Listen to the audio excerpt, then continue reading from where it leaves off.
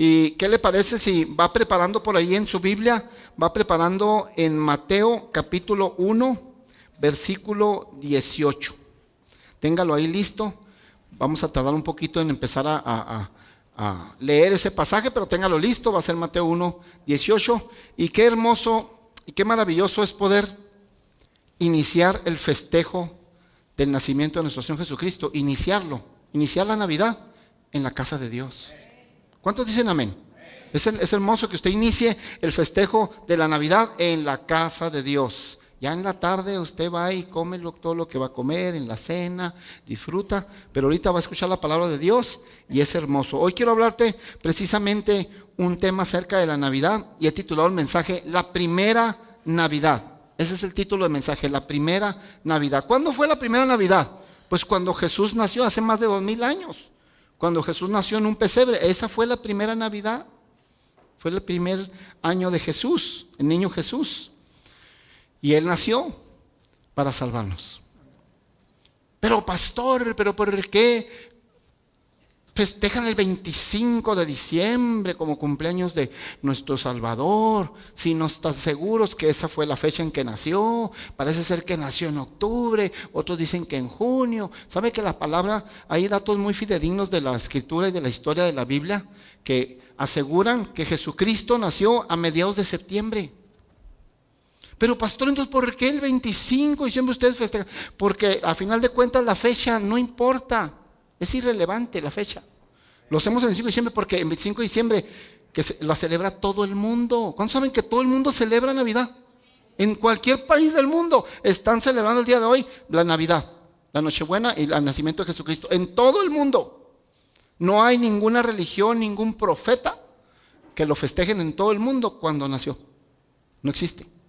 Pues por eso lo hacemos el 25 de diciembre, porque nos unimos a ese festejo mundial de nuestro Señor Jesucristo. Pero poco importa la fecha, lo que importante es que nació y es nuestro Salvador. ¿Cuántos dicen amén? Eso es lo importante. Es como a veces sucede en las casas o en los cumpleaños de alguien. ¿A poco no ha pasado que alguien cumple años? Y dice, hijo, se tocó entre semana, estamos ocupados con el trabajo, la escuela. Hijo, no, lo quiero festejar, pero no puedo, estamos muy ocupados. ¿Y a poco no a veces hablas con la persona y le dices, te voy a festejar tu cumpleaños, pero dentro de 2 semanas? Yo sé que lo cumpliste hoy, pero dentro de 2 semanas te voy a festejar, porque ahorita no puedo y todo. ¿Cuántos han hecho eso? O sea, porque lo importante no es la fecha, lo importante es que estás festejando el cumpleaños de esa persona. Y lo vas a festejar, es lo mismo en Jesucristo. Así es, en los festejos de Navidad.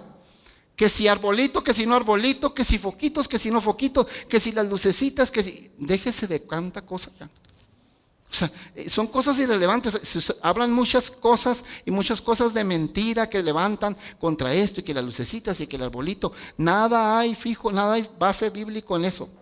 Eso para que usted diga que no es de Dios y que sí es de Dios. Mire, si usted no quiere poner arbolito, si usted no quiere poner foquitos, si usted no quiere luces, pues no los ponga.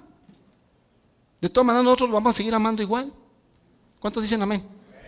Pero dejen nosotros los que sí ponemos, pues déjenos en paz. Estamos festejando a Jesús. Pero es que eso es pecado. Para alguien dijo, pues déjenme pecar a gusto. No, o sea, haga cuenta, no. O sea, pues déjenos hacerlo como, es un festejo a Jesús. El festejo es a Jesucristo, nuestro Salvador. Entonces, a veces como personas, como seres humanos, así somos. ¿A poco no? Nos enfocamos en cosas que no tienen significado, en cosas irrelevantes y perdemos lo verdadero por estar enfocándonos en cosas insignificantes. Perdemos el valor verdadero de lo que debe ser en nuestras vidas por estar con detallitos y cosas irrelevantes. Si usted quiere festejar la Navidad en mediados de septiembre, pues festéjelo en mediados de septiembre. Programe el intercambio de regalos en mediados de septiembre. Nosotros lo vamos a seguir amando igual. Pues me explico, o sea, pero lo importante es que Jesús nació, que es nuestro Salvador.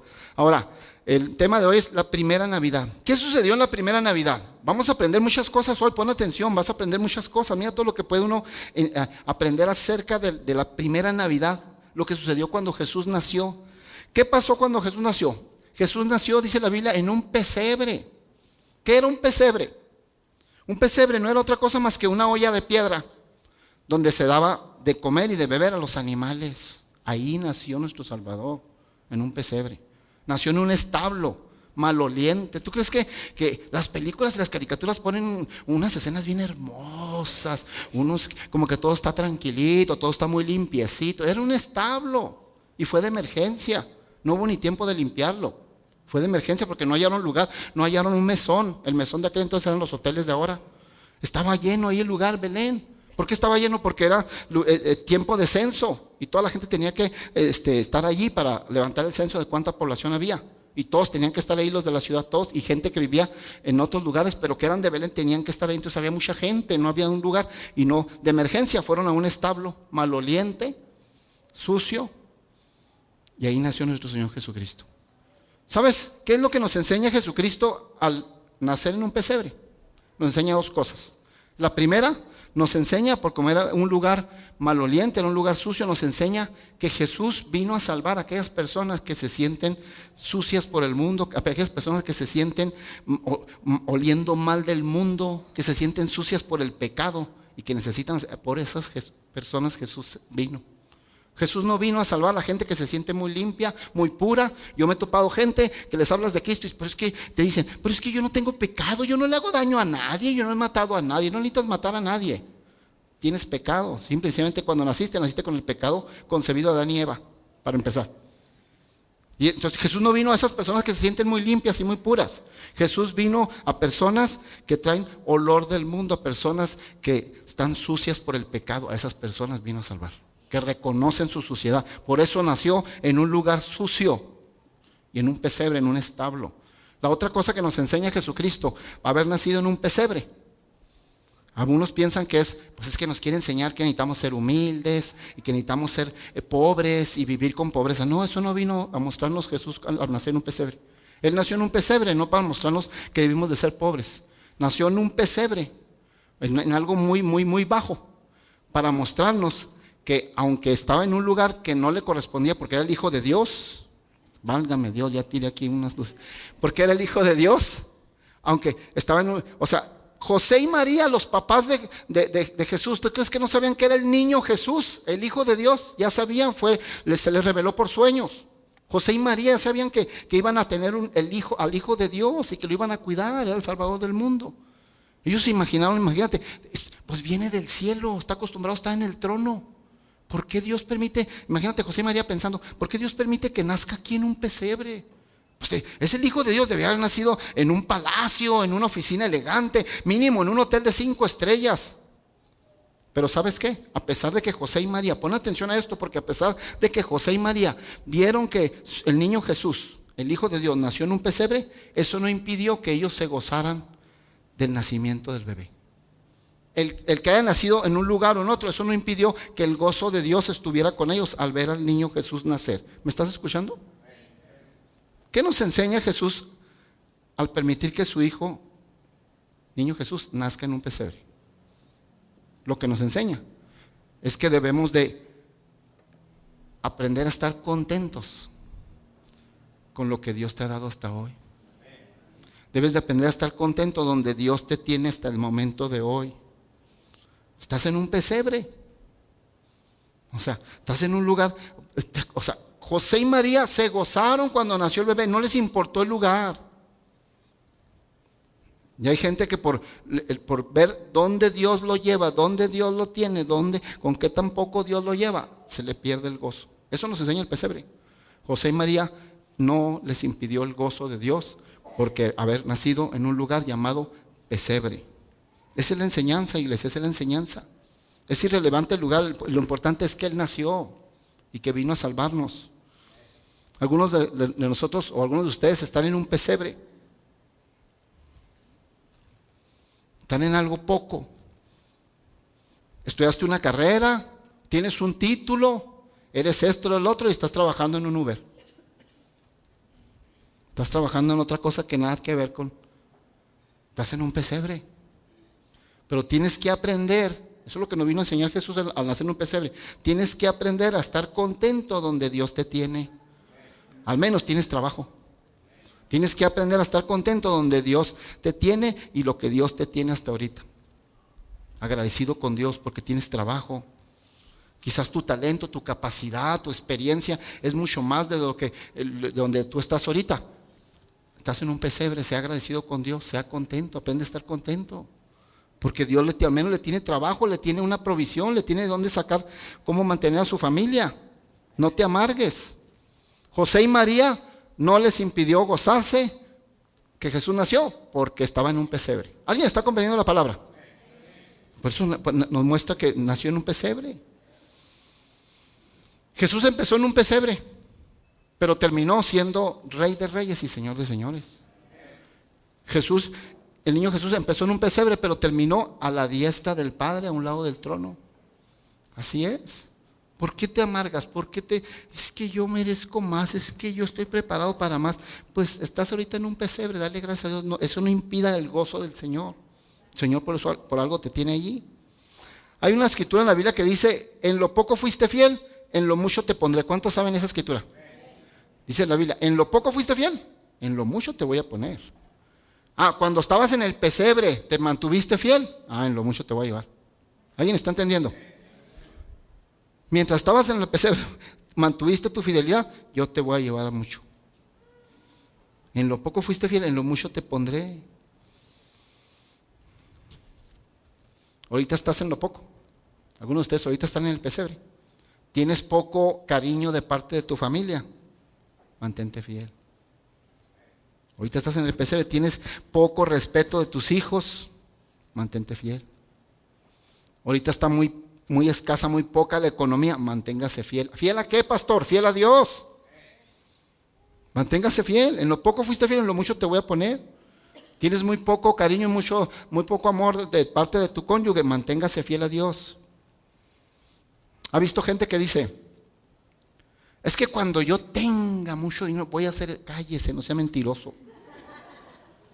Es que cuando yo llegue a tener suficiente dinero voy a empezar a diezmar, cállese. Si ahorita con lo poquito que tienes no haces lo que debes de hacer, mucho menos cuando tengas mucho, si es que llegas a tener mucho. Porque si tú no llegas a apreciar lo poco donde Dios te tiene, Dios no te va a llevar a donde está lo mucho. Tienes que valorar lo poco que Dios te ha dado y hacer algo con eso poco. Nunca menosprecie lo poco que Dios le da. Ni lo haga a un lado y diga, es que es insignificante, es poco, yo soy para más. No, nunca menosprecie, porque es precisamente valorando y poniendo en acción lo poco que vas a llegar a hacer mucho. Pues que por eso yo no diezmo, porque tengo poco, por lo mismo vas a seguir en poco. Aprenda a diezmar. En lo poco has sido fiel, en lo mucho te voy a poner. Así es, así trabaja esto. Sea fiel en el pesebre, cuando está en lo poco, sea fiel. Nunca menosprecies lo poquito, Mientras tú no valores lo poco que Dios te ha dado, nunca vas a llegar a lo mucho. Vamos a la escritura, Mateo capítulo 1, versículo 18. Les dije que la tuvieran lista, Mateo capítulo 1, versículo 18. Miren lo que dice la escritura. El nacimiento de Jesucristo, pues estamos hablando de la primera Navidad. El nacimiento de Jesucristo fue así. Estando desposada María, su madre, con José, antes que se juntase, se halló que había concebido del Espíritu Santo.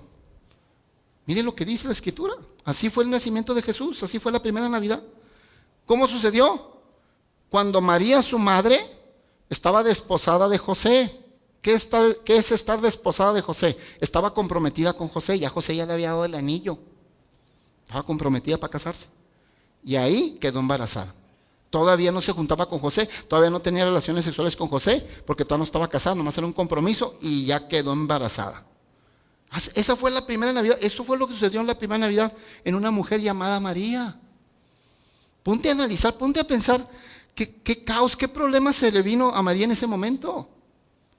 Dicen que, la escritura aparentemente dice que enseñan que la edad de María era entre 15 a 18 años, era una adolescente entrando apenas a la juventud, sin experiencia de la vida. Imagínate, y queda embarazada, llega el ángel Gabriel y se le aparece y le dice, oye, pues vas a tener al hijo de Dios, y le vas a poner su nombre, va a ser Jesús, pero vas a quedar embarazada. Y ella hizo una pregunta, pues lógico, ¿verdad? Hizo una pregunta al ángel Gabriel, le dijo, oye, ¿y cómo va a ser esto? ¿Cómo que voy a quedar embarazada? ¿Cómo va a ser esto? Le dijo, si no conozco varón, o sea, si no tengo relaciones sexuales con un varón, ¿cómo voy a quedar embarazada? ¿Cuántos saben que para que nazca un niño, tiene que haber una relación sexual entre un hombre y una mujer? ¿Cuántos saben eso? ¿O usted todavía está creyendo que vienen de parir los niños, que desaparecen? O sea, no, tiene que haber algo allí, entre un hombre y una mujer. Entonces por ella preguntó, ¿cómo va a ser esto? Si no conozco varón, si no tengo relaciones sexuales con un varón. ¿Cuántos saben que para Dios no hay nada imposible? Para Dios no hay nada imposible.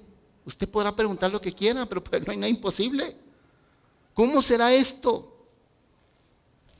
¿Sabes que Dios no necesita la ayuda de un hombre para hacer lo que va a hacer? ¿Sabes que Dios no necesita la aprobación de la gente, ni del mundo, ni del hombre para hacer lo que va a hacer? Dios no depende de un hombre, ni lo que el hombre haga y diga para hacer lo que tiene que hacer.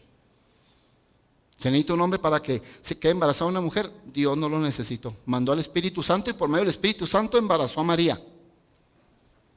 Porque para Dios no hay nada imposible. ¿Cuántas veces tú te has preguntado igual que María? Dios, ¿y cómo va a ser esto? Dios, ¿y cómo vas a resolver esta situación? Dios, ¿y cómo me vas a dar mis papeles? Dios, ¿y cómo vas a resolver la situación tan difícil de mis hijos? Y Dios, ¿y de dónde vas a sacar la provisión? ¿De dónde y cómo y cómo? Debes de saber algo, iglesia. Que solamente debes de creer. Tu tarea y tu trabajo es creer. El cómo lo hace Dios. Tú nada más crees y el cómo se va a encargar Dios. Porque para Dios no hay nada imposible. Pero ¿cómo vas a resolver este asunto? Pero el cómo es de Dios. Pero volvamos a María. Imagínate la responsabilidad que le cayó a María. Por decirlo así, la bronca, el broncón que le vino de repente, que no se esperaba. Le echó a perder todos sus planes de matrimonio. Imagínate todos los planes, sueños que habían platicado ella y José. Se les vino abajo todo. O sea, ¿cómo que ahora estás embarazada? O sea, se vino todos los planes abajo. Imagínate la responsabilidad y lo que estaba pensando María. Dijo María, válgame, ¿cómo? ¿Ahora qué? ¿Ahora cómo le explico a mis papás que estoy embarazada? ¿Alguien está comprendiendo? Oye, que mujer, mamá, o papá, que venga tu hija y te diga, mamá, pues quiero nomás darles una noticia. Que estoy embarazada. Quiero que me hagan una fiesta y todo. O sea, no. ¿Tú qué dirías? ¿Cómo que? Sí, o sea, les tengo dos noticias, te va a decir tu hija.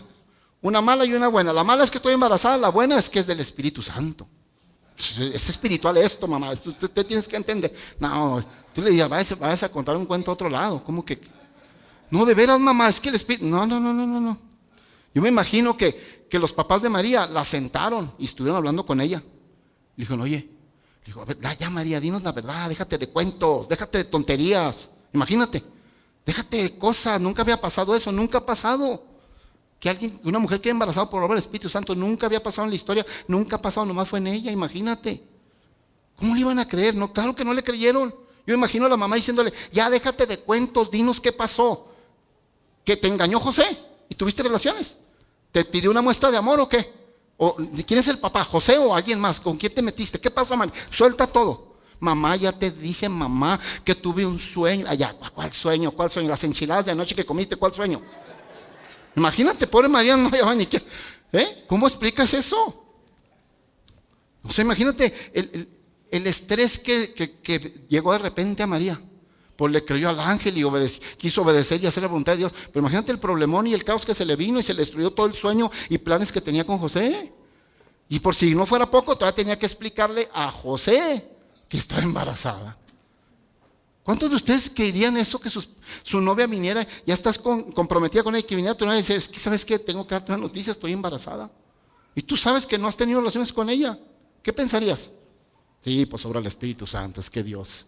Es que quedé embarazada, mi amor, de veras. Es que como estamos yendo a la iglesia El Paso, Palabra Viva, y el Espíritu Santo es tan fuerte, tan poderoso, me embarazó. Imagínate, no. Entonces póngase un poquito en los pies de María, esta jovencita. ¿Cómo le hace para resolver todo? ¿Cómo le hace? Estaba en juego muchas cosas, Estaba en juego su reputación, porque era una buena mujer. La gente la conocía como una buena muchachita.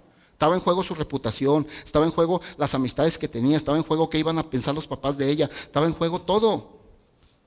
Y sabes que por ley la iban a tener que apedrear o la iban a quemar en aceite hirviendo. Esa era la ley. Por quedar embarazada a ella y a José. Esa era la ley. Entonces imagínate el estrés, lo que María estaba pensando, ¿cómo le hago? ¿Cómo resuelvo? Sí, quiero hacer tu voluntad, ya te me apareciste, Ángel Gabriel y todo, pero ahora ¿cómo le hago con la gente? ¿Cómo le hago con José? Ahí está, había mucho en riesgo, mucho en riesgo. Esto sí se le llama prueba. ¿Cuántos me están escuchando? Ella sí estaba en una prueba. Hoy en día cualquier cosa le llamas prueba. Cualquier cosa, el jovencito, el adolescente, se deprimió porque no le compraron el PlayStation de moda. No manchen, como dicen los jóvenes. Se quiere suicidar porque le salió una espinilla en la nariz. No, por favor. Se quiere quitar la vida porque el pelos quietos ese le abandonó. Por favor. Estas sí son pruebas. Estas sí son dificultades. ¿Sí o no? Hijos, se deprimen porque el papá la regañó. Porque el patrón en el trabajo la castigó. O sea, no, por favor. Estas sí son pruebas. Estaba pasando por una prueba muy fuerte María. ¿Y cuál era el propósito de que Dios embarazara a María? Escucha bien esto. ¿Qué es lo que buscaba Dios al embarazar a María por medio del Espíritu Santo? ¿Cuál era el propósito de embarazar a María? El propósito principal era de que María formara a Jesús dentro de ella. ¿Me estás escuchando? Ese era el propósito principal. Que María formara a Jesucristo dentro de ella. ¿Cuál es el propósito principal de un cristiano? ¿Cuál es el propósito principal por el cual Dios te salvó? Que se forme Jesucristo dentro de ti. ¿Me estás escuchando? Ese es el principal motivo de que Dios te salvó y puso los ojos en ti. De que dejes que Cristo se forme dentro de ti. ¿Y cuánto tiempo le llevó a María? María lo logró, claro, tú sabes la escritura, María lo logró. Logró que Jesucristo se formara dentro de ella. ¿Y cómo lo hizo? Lo hizo durante 9 meses. Le llevó un tiempo de 9 meses. Y formó a Jesús y nació Jesús. Hay cristianos que ya tienen más de 9 meses embarazados y no se forma Jesús en ellos. Ya tienen hasta 5, 10, 15 años embarazados y no se forma Jesucristo en ellos. Eso es anormal, ¿eh? No es normal, eso ya está pasando, está fuera de control. ¿Me estoy dando a entender? Le llevó 9 meses nada más el formar a Jesucristo dentro de ella. Y lo formó y lo logró, claro que sí. ¿Sabes por qué María logró formar a Jesucristo dentro de ella? Porque arriesgó todo por la causa de Jesús. Tiene mucho riesgo. ¿Cómo le aclaro a José? ¿Cómo le aclaro a mis papás? ¿Cómo le aclaro a mis amigas? ¿Cómo le aclaro a la comunidad? ¿Cómo? Era mucho en riesgo, pero ella arriesgó todo por la causa de Jesús y por eso pudo formar a Jesucristo dentro de ella. Y al final, tú sabes, María dio a luz a Jesús. María dio a luz el milagro. ¿Sabías tú que al nacer Jesucristo fue un milagro? Porque fue por obra sobrenatural del Espíritu Santo, fue un milagro el nacimiento. Entonces al final María dio luz al milagro llamado Jesús. Tú debes de saber que tú puedes dar a luz ese sueño, tú puedes dar a luz ese milagro, cuando aprendas a arriesgar todo por la causa de Jesús. Tienes que aprender a arriesgar todo por la causa de Jesús. Estás con un pie aquí y un pie allá. Es que no quiero que se enoje mi cónyuge. Es que no, arriesgante todo por Jesús, entonces vas a formar a Jesucristo y el milagro, vas a dar a luz ese milagro que estás esperando. Entonces tu marido se va a convertir. Pero mientras no arriesgues todo por Jesús, así va a andar la cosa siempre. Tú andas a medias con Jesús, pues tu cónyuge anda a medias contigo. Tus hijos andan a medias con Jesús. Porque hay que arriesgarlo todo para formar a Jesucristo y dar a luz el milagro que estás esperando, dar a luz el sueño que estás esperando. Oye, y cuando ya María le explica a José, José no le creyó. Mira, vamos al versículo 19. Estamos ahí en Mateo capítulo 1, pero ahora el versículo 19. José no le creyó. ¿Cómo que estás embarazada del Espíritu Santo? Tranquila. Yo no tengo relaciones sexuales. ¿Cómo que? Dime la verdad, ¿quién fue el que vino y te engañó? ¿Por con quién te metiste? Mira lo que dice, mira lo que quiso hacer él.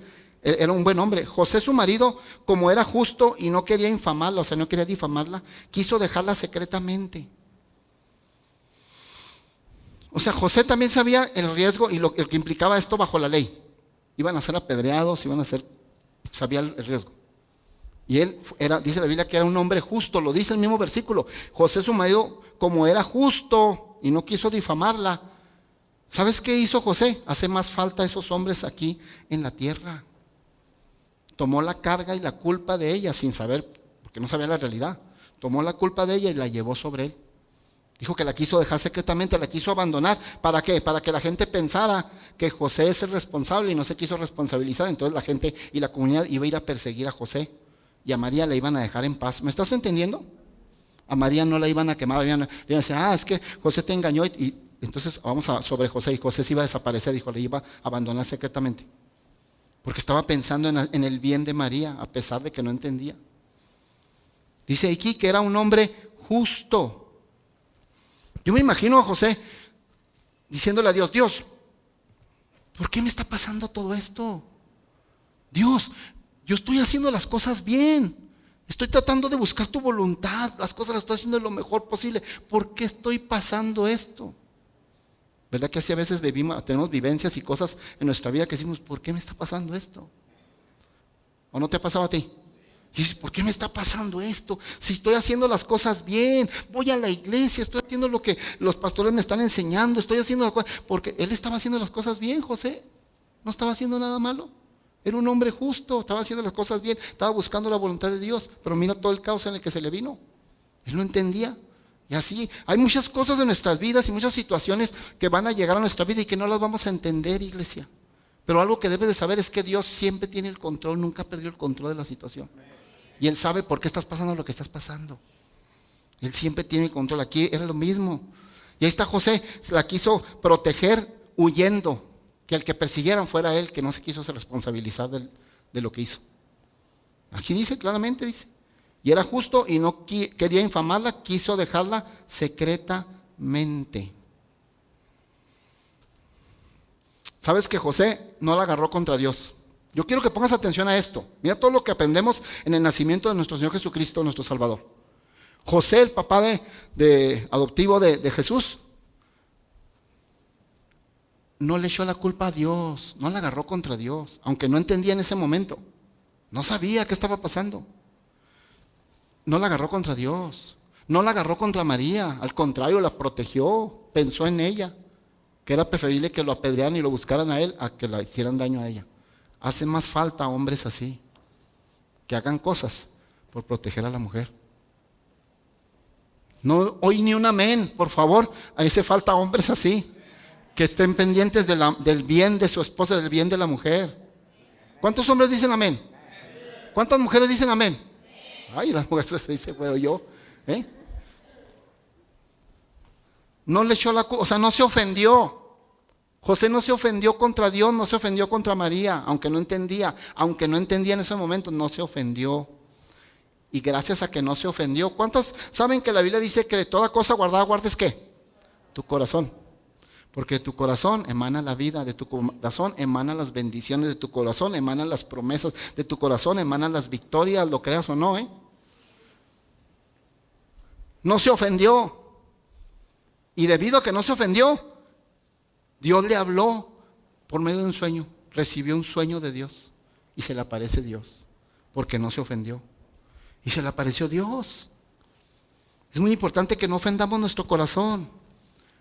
El valor que tú le das a la ofensa es el valor que va a tener. No le des valor a la ofensa que te hicieron. De ti depende que te duela, porque tú le estás dando valor a esa ofensa.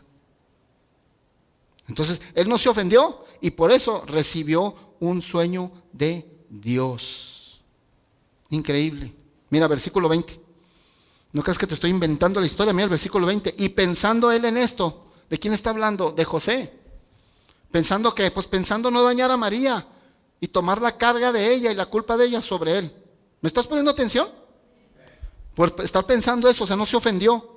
Dice, pensando él en esto, he aquí un ángel del Señor le apareció en sueños y le dijo, José, hijo de David, no temas recibir a María tu mujer, porque lo que en ella es engendrado del Espíritu Santo es. Oye, qué hermoso, pon mucha atención, no te me distraigas. Qué hermoso que es cuando una persona no ofende su corazón, mantiene su corazón limpio, va a recibir instrucciones, va a recibir palabras de Dios, Dios le va a hablar y le va a decir, y le va a confirmar y le va a decir qué es lo que tiene que hacer, qué es lo que tiene que decidir, hacia dónde se tiene que ir. Dale un aplauso a Jesús. Pero es un corazón que no se ofende. Inmediatamente Dios le habló y le confirmó, no te preocupes, lo que te está diciendo María es cierto, está embarazada por obra del Espíritu Santo. Y por favor, acógela, protege a ese niño, le vas a llamar Jesús y van a ser una familia hermosa, yo voy a estar con ustedes. Oye, lo que estaba esperando José, ya con esas indicaciones, con eso, confirmación, wow. ¿Cuánto le gustaría que Dios les hablara así, confirmándote directamente para que te dijera, decide esto, haz aquello? ¿Cuánto les gustaría? Mantén tu corazón sin ofensas. Hay gente que dice, ¿por qué Dios no me contesta? ¿Por qué Dios no me liberta esto? ¿Por qué Dios no me da aquello? Tengo tiempo orando por esto, tengo tiempo orando por aquello. Voy a la iglesia. Yo siento que mi corazón ama a Dios, pero no recibe respuesta. ¿Sabes por qué? Hay gente que no recibe respuesta. Porque su corazón está sucio. Porque su corazón no ha perdonado algo que le hicieron. Porque sigue con rencor contra algo y contra alguien. Y Dios no viene y habla y no confirma nada. ¿Sabes que un corazón ofendido aborta el sueño de Dios en tu vida? Un corazón ofendido aborta el propósito que Dios tenía para tu vida. El puro corazón ofendido aborta todo el proceso que Dios estaba contigo. Guarda tu corazón. Guarda tu corazón. ¿Te acuerdas de Judas? Judas se ofendió y perdió el sueño de ser y seguir siendo un apóstol. Porque se ofendió contra Jesús y lo entregó. Increíble. Increíble. No se ofendió José no se ofendió. Tomó la carga de la culpa de María y la llevó. Porque dice la Biblia que él era un hombre justo. ¿Cuántas veces nosotros le decimos a Dios, Dios, hazme justicia, hazme justicia? Y Dios a veces nos hace la pregunta y nos dice, ¿y tú eres justo con lo que haces con la demás gente? ¿Tú eres justa con lo que estás haciendo? Dice aquí la Biblia que José era justo. ¿Sabes que el ser justo a veces implica llevar la carga de la culpa de alguien más? Y no estar ahí todo rencoroso y todo. Y mantener nuestro corazón limpio. Y Dios le siguió hablando a José, le siguió hablando sueño tras sueño. En otra ocasión le dijo, ahora estás en Belén. Le dijo Dios en un sueño, vete a Egipto, cámbiate de ciudad. Porque había un propósito, eran indicaciones de Dios. Había un propósito en el sueño de Dios para esa familia. Y Dios le dijo, cámbiate de ciudad, y se cambió de ciudad. Hay gente que se cambia de ciudad, pero nada tiene que ver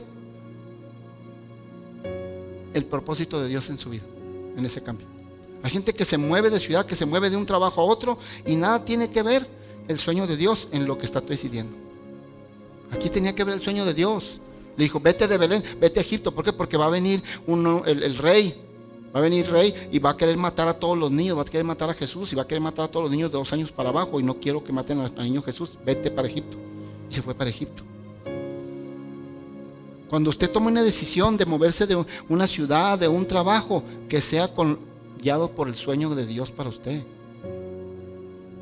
Por favor, que no sea un arrebato de la carne, que no sea una emoción, un sentimiento, un enojo. Otra cosa que vemos aquí, denme poquita paciencia, pero otra cosa que vemos aquí en la escritura es que Dios le hablaba a José. Le siguió hablando sueño tras sueño, le hablaba más, le daba más indicaciones. Algo importante, iglesia, escúchame. Dios le hablaba solo a José en esa familia. Usted nunca ve que Dios le volviera a hablar a María, porque ya había un líder en esa familia. Quiero que pongas mucha atención. ¿Quién es el líder en una familia? El hombre, el padre, el esposo. Ese es el líder.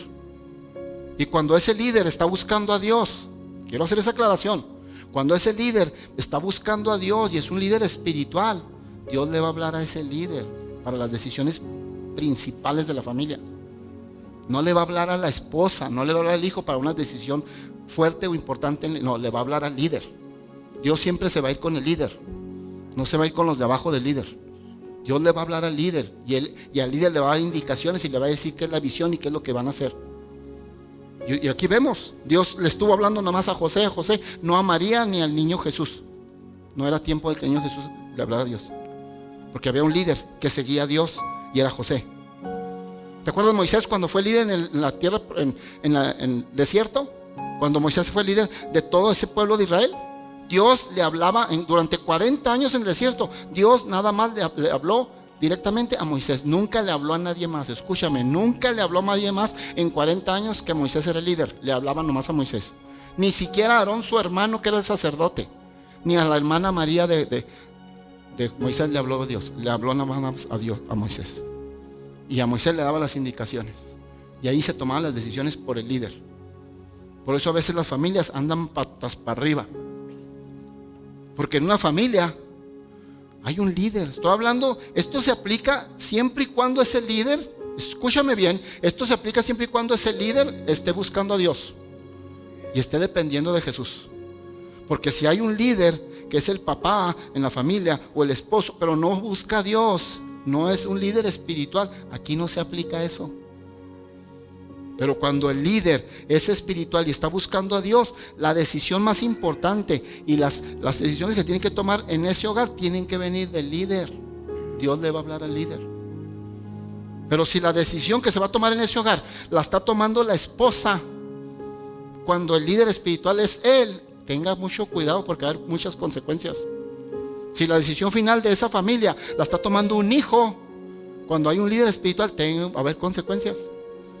Porque Dios le habla al líder. Las decisiones se toman por el líder. Estoy siendo claro en esto. Siempre y cuando ese líder busque a Dios. Pastor, es que yo ya intenté, hice por aquí, por allá, y a mí nadie me sigue. ¿Sabes por qué nadie te sigue? Porque tú no sigues a Jesús. Cuando la gente vea, y cuando tu familia vea que tú sigues a Jesús, no vas a batallar, te van a seguir. Lo que tú decías te van a seguir, porque tú estás siguiendo a Jesús. Así es. Y Dios le hablaba nomás a José, nomás le hablaba a José, le habló todo el tiempo a José. Y José, y muévete de una ciudad a otra. Varias veces la movió de una ciudad a otra en la madrugada, así de repente. ¿Y sabes qué hacía María? Usted nunca ve que María, la esposa de José, le dijera, lo cuestionara y le dije, oye, ¿por qué ahora nos vamos a mover para acá? Y ahora, no, María sabía muy bien que su esposo José era un hombre de Dios y que buscaba a Jesús, y por lo tanto lo que Jesús le dijera, ella nomás lo hacía. Y se levantaban en la madrugada, y María, usted lea, no tengo tiempo de leerte toda la escritura, léelo en el capítulo 2 de Lucas, eso, y capítulo 1, todo el capítulo 1 de Mateo, ahí viene toda esa historia. Y a donde se moviera José, ahí va María. María no lo cuestionaba, María no decía, oye, ¿por qué ahora nos vamos a mover para acá? Pues ¿qué te pasa? Es de madrugada, ¿por qué no esperamos a la mañana? No, o sea, no ponía ni un pero, porque sabía que era el sueño de Dios hablándole a su esposo. Mujeres, escúchenme por favor, mujeres que están casadas y que su esposo es un líder realmente espiritual. Mujer, tú no tienes una idea, no te imaginas el papel tan importante que juegas en el cumplimiento del sueño de tu marido. Obedécelo cuando tu marido es un hombre espiritual de Dios. Tú no sabes, mujer, que tu papel tan importante que es en el sueño y el cumplimiento del sueño de tu marido. Saben que los hombres tenemos sueños. ¿Cuántos hombres dicen amén? Dios nos da sueños, visiones de alcanzar esto y lo otro, pero juega mucho el papel de la esposa. María nunca dijo nada, ella estuvo obediente, porque sabía que era el cumplimiento del sueño de su marido. Por último, todo este nacimiento de Jesucristo sucedió en la peor época de ese momento. Sabes que en aquel tiempo todos los judíos y todos los cristianos estaban bajo el yugo romano.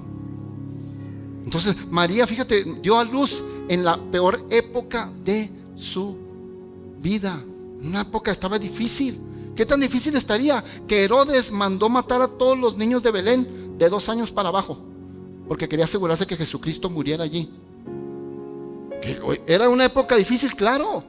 Pues en esa peor época de ese momento, ahí María dio a luz el milagro llamado Jesús. ¿Qué es lo que te enseña la palabra, iglesia? Pon atención. Que es en la peor época de tu vida donde tú vas a dar a luz el milagro que estás esperando. Es en la peor época de tu vida donde tú vas a dar a luz ese sueño que estás anhelando. No te preocupes, fue en la peor época donde nació Jesús. Lo dio en la peor época. ¿Cuánto le queda a la palabra de Dios? Mira todo lo que podemos hacer. Tengo muchas cosas más, pero ya el tiempo ya corrió. Vamos a parar. Pero mira todo lo que puedes aprender en el nacimiento de nuestro Señor Jesucristo. Todo lo que podemos aprender, todo lo que nos enseña en la Biblia, y hay muchas cosas más. Porque la Biblia es hermosa. Tú debes de empezar a amar la Biblia. Dale gracias hoy a nuestro Salvador Jesucristo, que hoy estamos celebrando su nacimiento. Gracias a que Él nació, nos pudo salvar. Gracias a que Él nació, ahora tú estás aquí. Gracias a que Él nació y cumplió con la misión que Dios le mandó a la tierra. Ahora tú estás aquí y tienes salvación eterna. Increíble. Le pido a los músicos que van pasando, por favor. Le pido a los músicos que van pasando. ¿Por qué no te pones de pie, iglesia? Es un día maravilloso, es un día hermoso, donde